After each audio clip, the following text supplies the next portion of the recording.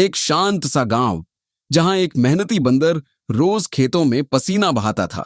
जिंदगी मुश्किल थी, मगर उसकी हिम्मत कभी नहीं टूटती थी।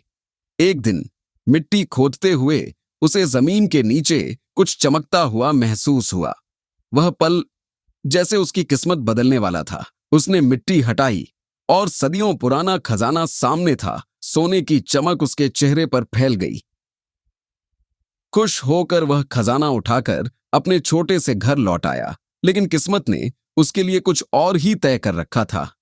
घर में खजाना देखते ही उसकी पत्नी की आंखों में लालच उतर आया और रात के अंधेरे में वह खजाना चुराकर भाग गई।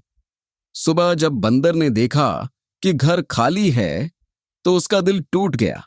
मेहनत दो की जिंदगी से वह कभी नहीं डरा था, पर अपने लोगों के छोड़ जाने का दर्द सबसे गहरा होता है।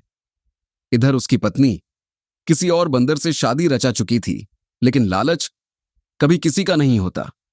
नए पति ने खजाना देखा और उसी लालच में उसकी कहानी का अंत कर दिया।